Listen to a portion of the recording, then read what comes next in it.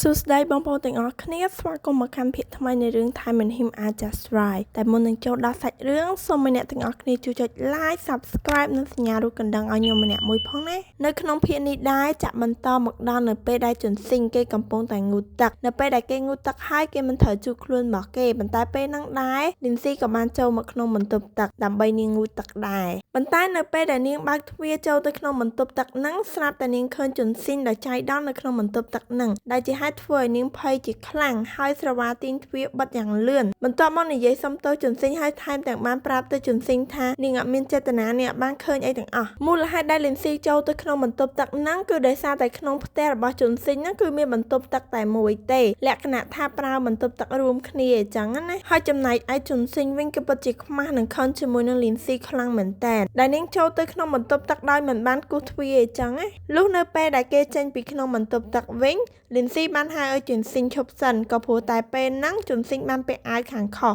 មធ្យមឯងងុំពាក់មិនច្រាស់ទៀតពាក់ពីមុខទៅក្រោយពីក្រោយទៅមុខអីចឹងណាដោយលឺលីនស៊ីប្រាប់គេបែបហ្នឹងគេរឹតតែខឹងជាមួយនឹងលីនស៊ីថែមទៀតក៏ព្រោះតែមួយថ្ងៃហ្នឹងគេតែងតែជួបរឿងមិនល្អជួបរឿងសូលរហូតអីចឹងណានិយាយទៅតួប្រុសយើងហ្នឹងខឹងតួស្រីថ្ងៃមិនគ្រប់ទេថែមទាំងដេកទៅយល់សពឃើញគេពេលយប់បន្ថែមទៀតពេលហ្នឹងជន់ស៊ីងយល់សពឃើញលីនស៊ីមកតាមសុំធ្វើជាមិត្តគេតាមសុំស្រឡាញ់គេធ្វើដូចសមោអំតូតាមប្រានគេចឹងណាដែលជាហេតុធ្វើឲ្យគេភ័យជាខ្លាំ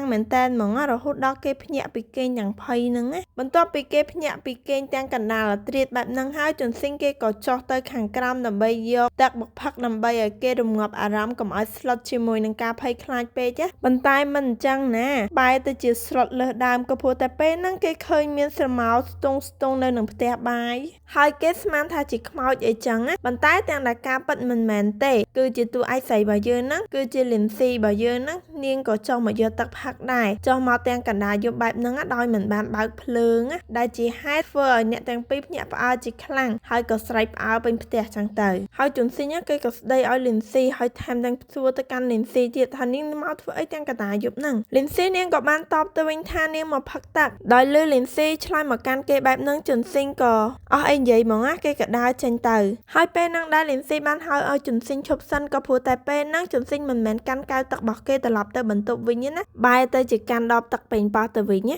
ដោយឃើញបែបហ្នឹងជន់ស៊ីងគេពិតជាហួសចិត្តខ្លាំងមែនតើហួសចិត្តនឹងខ្លួនគេហើយក៏និយាយទៅថាគេត្រូវការវាបន្ទាប់មកគេក៏ដើរទៅក្នុងបន្ទប់របស់គេទៅនៅពេលដែលគេដើរទៅដល់បន្ទប់ហ្នឹងគេបិទទ្វារបន្ទប់របស់គេនឹងខ្លាំងហ្មងណានឹងលាន់លឺដល់ក្រោមនឹងធ្វើឲ្យតួស្រីយើងឆ្លក់ទឹកហ្មងណានៅពេលដែលអ្នកទាំងពីរមកដល់បន្ទប់រៀងខ្លួនហើយមើលទៅអ្នកទាំងពីរដូចជាគេងមិនលក់យ៉ាងម៉េចទេគេដូចជារសាប់រសល់ដេកភ្ញាក់ចឹងណាគេងអត់លក់មកដល់ព្រឹកឡើងនៅពេលដែលជន់ស៊ីងចូលទៅក្នុងបន្ទប់ទឹកគេក៏បានទាញថ្នាំដុសធ្មេញដើម្បីយកមកដុសធ្មេញរបស់គេ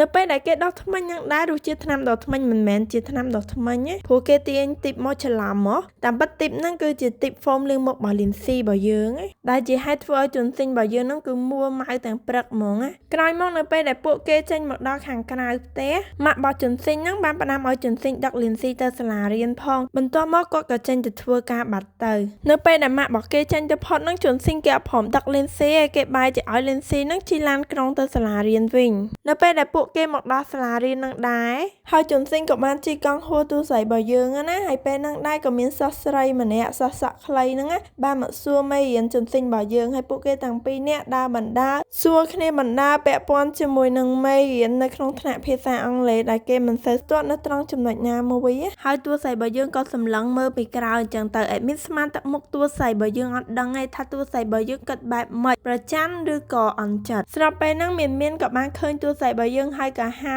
គេស្មាគ្នានិយាយគ្នាអញ្ចឹងទៅហើយលីនស៊ីក៏បានសួរទៅមានទៅថាហេតុអីបានជាជន់ស៊ីងហ្នឹងមានគេចូលចិត្តច្រើនមានសិស្សជាច្រើនចូលចិត្តជាពិសេសស្រីអញ្ចឹងណាហើយមានក៏តបទៅវិញថាហ្នឹងគឺដោយសារតែជន់ស៊ីងគឺជាសិស្សពូកែហើយល្បីប្រចាំសាលាហ្នឹងណាក៏ព្រោះតែជន់ស៊ីងគេពូកែគ្រប់មុខវិជ្ជាដោយលឺបែបហ្នឹងហើយលីនស៊ីនឹងមានគៀកស្មាគ្នាដើរចូលទៅក្នុងសាលាអញ្ចឹងទៅក្រោយមកពួកគេចូលទៅដល់ក្នុងថ្នាក់រៀនដើម្បីរងចាំអ្នកគ្រូម មកបង្រៀនព្រោះម៉ោងហ្នឹងគឺជាម៉ោងភាសាអង់គ្លេសចឹងម៉ោងភាសាអង់គ្លេសត្រូវនឹងអ្នកគ្រូបង្រៀននៅពេលដែលអ្នកគ្រូចូលមកដល់ក្នុងថ្នាក់រៀនហ្នឹងអ្នកគ្រូគាត់អត់បានចូលមេរៀនភ្លាមៗទេអ្នកគ្រូបាននិយាយពាក់ព័ន្ធជាមួយនឹងគម្រោងផែនការមួយដែលឲ្យសិស្សឡើងសម្ដែងដើម្បីឲ្យលោកគ្រូអ្នកគ្រូមើលប៉ុន្តែការសម្ដែងហ្នឹងគឺជាការសម្ដែងនិយាយជាភាសាអង់គ្លេសហើយគាត់ក៏លើកឲ្យជន់ស៊ីងជាតំណាងក៏ព្រោះតែជន់ស៊ីងគឺជាប្រធានថ្នាក់បន្ទាប់មកជន់ស៊ីងក៏បានសួរទៅមិត្តរួមថ្នាក់ទាំងអស់គ្នាថាមាននរណាចង់ចូលរួមគម្រោងមួយនឹងអត់ចង់ចូលរួមសម្ដែង